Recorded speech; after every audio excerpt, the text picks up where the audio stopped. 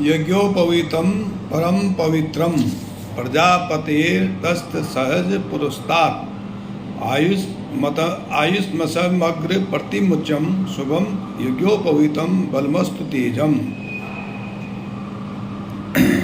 अर्थात जो यज्ञोपवीत संस्कार होता है वह जब बालक को ब्रह्म के प्रति सुपुर्द किया जाता है, समर्पण किया जाता है, तो ब्रह्मा के प्रति समर्पित किया जाता, तो ये यज्ञोपवीत संस्कार किया जाता है। माँ शारदे को नमन और साहित्यिक सचेतना के सभी पाठकों को, दर्शकों को और प्रेमियों को साहित्यिक सचेतना से राय सिंह भंडारी का हार्दिक अभिनंदन। आज जैसा कि हम बार बार कह रहे हैं कि साहित्यिक सचेतना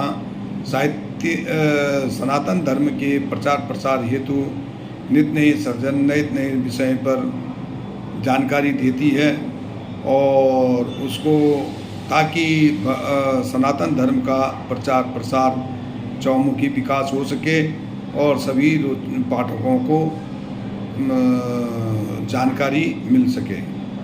तो आज के निर्धारित विषय उपनयन पर हम कुछ लेख लिख रहे हैं।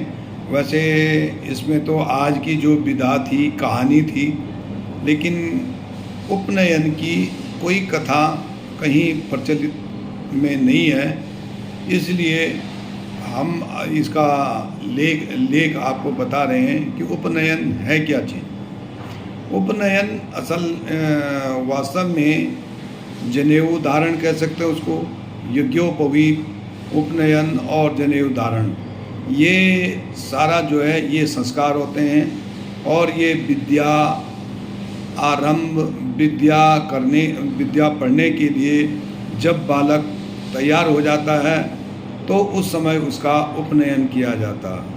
उपनयन का शाब्दिक अर्थ है कि उप का मतलब सामने, नयन का मतलब बैठना, यानी सामने गुरु जी के पास ले जाना। नयन का मतलब होता है ले जाना, ले जाने का मतलब, या गुरु उनके पास शिष्य के पास आए कि विद्या पढ़ाने के लिए, या शिष्य जो है गुरु के पास जाए विद्या पढ़ने के लिए।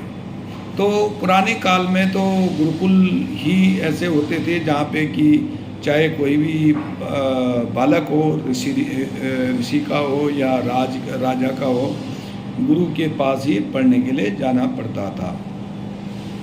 तो ये हमारे 16 संस्कारों में से एक संस्कार है जहाँ पर बालक को एक जनेऊ धारण करना पड़ता है। गायत्री का जो जनेऊ होता है उसको धारण करना पड़ता है।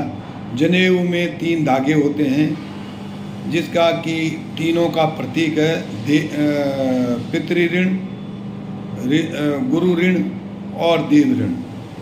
इन 3 धागों के प्रत्येक के 3 और धागे होते हैं, जिसके कारण कि 9 कुल मिलाकर 9 धागे होते हैं। 9 धागों का एक सूत्र होता है जिसको कि बालक मतलब उपनयन वाले संस्कारी आदमी व्यक्ति को, बालक को पहनना पड़ता है। बाएं कंधे से लेकर के और दाएं करधनी तक यानी कमर तक उसको लटकाना पड़ता है। और इनके बहुत सारे नियम होते हैं कि शौच में या कहीं अशुद्ध जगह पे उसको दाएं कान में उसको धारण करना, उसको कान में लगाना पड़ेगा। यानी शौच में या किसी अन्य चीज़ों में जहाँ पे अशुद्धि चीज़ है वहाँ पे जनेऊ कमर पे नहीं होना, दाएं कमर पे नहीं होने चाहिए, बल्कि दाएं कान पे होना चाहिए। जब अशुद्ध हो जाता है, जब उससे हाथ पैर धो करके शुद्ध हो जाएगा, तब जाके उसको निकाला जाना चाहिए, फिर कान से निकाला जाए। और उसका गायत्री मंत्र से भी मतलब है कि ओम भूर्भुवस्सुः तत्सवितुर्वरेण्यं भर्गो देवस्य धीमहि धियो यो न प्रचोदयात्। ये गायत्री मंत्र